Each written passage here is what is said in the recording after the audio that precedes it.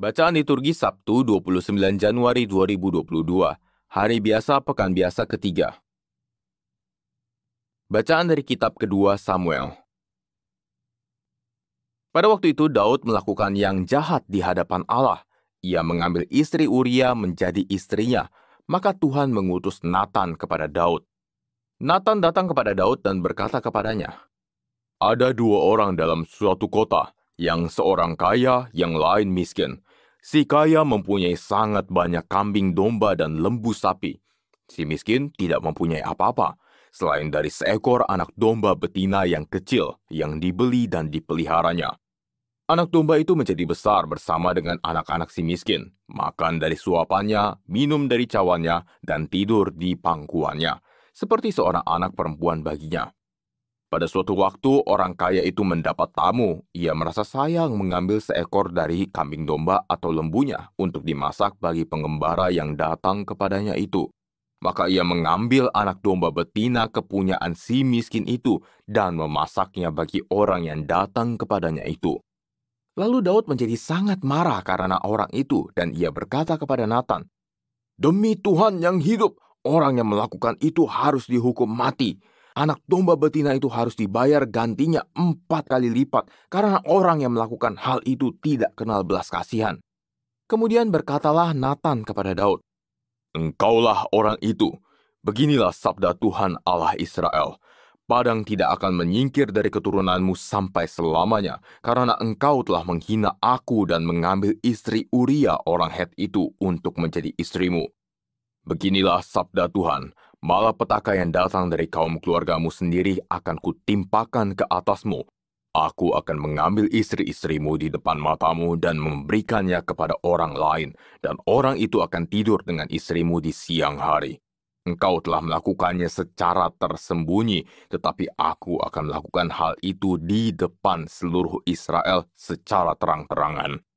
Lalu berkatalah Daud kepada Natan, "Aku sudah berdosa kepada Tuhan." Dan Natan berkata kepada Daud, "Tuhan telah menjauhkan dosamu itu, engkau tidak akan mati. Walaupun demikian, pastilah anak yang lahir bagimu itu akan mati, karena dengan perbuatan itu engkau sangat menista Tuhan." Kemudian pergilah Natan pulang ke rumahnya. Tuhan mencelakakan anak yang dilahirkan bekas istri Uria bagi Daud sehingga sakit. Lalu Daud memohon kepada Allah bagi anak itu. Ia berpuasa dengan tekun, dan apabila ia masuk ke dalam, semalam-malaman itu ia berbaring di tanah. Maka datanglah para tua-tua yang di rumahnya untuk meminta ia bangun dari lantai, tetapi Daud tidak mau. Juga ia tidak makan bersama-sama dengan mereka. Demikianlah sabda Tuhan, syukur kepada Allah. Ciptakanlah hati murni dalam diriku, ya Allah. Ciptakanlah hati murni dalam diriku, ya Allah. Ciptakanlah hati yang murni dalam diriku, ya Allah, dan baharuilah semangat yang teguh dalam batinku. Janganlah membuang aku dari hadapanmu, dan janganlah mengambil rohmu yang kudus daripadaku. Ciptakanlah hati murni dalam diriku, ya Allah. Berilah aku sukacita karena keselamatanmu, dan teguhkanlah roh yang rela dalam diriku. Maka aku akan mengajarkan jalanmu kepada orang-orang durhaka, supaya orang-orang berdosa berbalik kepadamu. Ciptakanlah hati murni dalam diriku, ya Allah. Lepaskanlah aku dari hutang darah, ya Allah, Allah penyelamatku. Maka lidahku akan memasyurkan keadilanmu. Ya Tuhan, bukalah bibirku, supaya mulutku mewartakan puji-pujian kepadamu. Ciptakanlah hati murni dalam diriku, ya Allah. Alleluia, alleluia.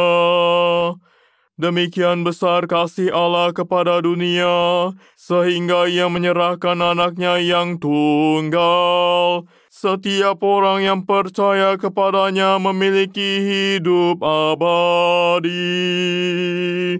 Alleluia,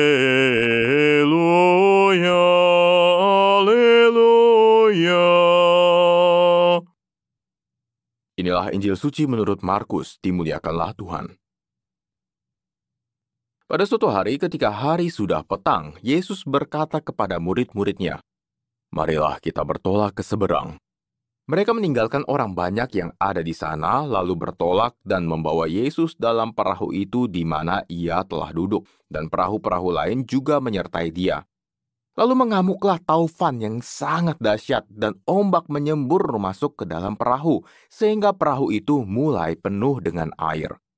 Pada waktu itu Yesus sedang tidur di buritan di sebuah tilam. Maka murid-murid membangunkan Yesus dan berkata kepadanya, "Guru, engkau tidak peduli kalau kita binasa." Yesus pun bangun, menghardik angin itu dan berkata kepada danau, "Diam, tenanglah."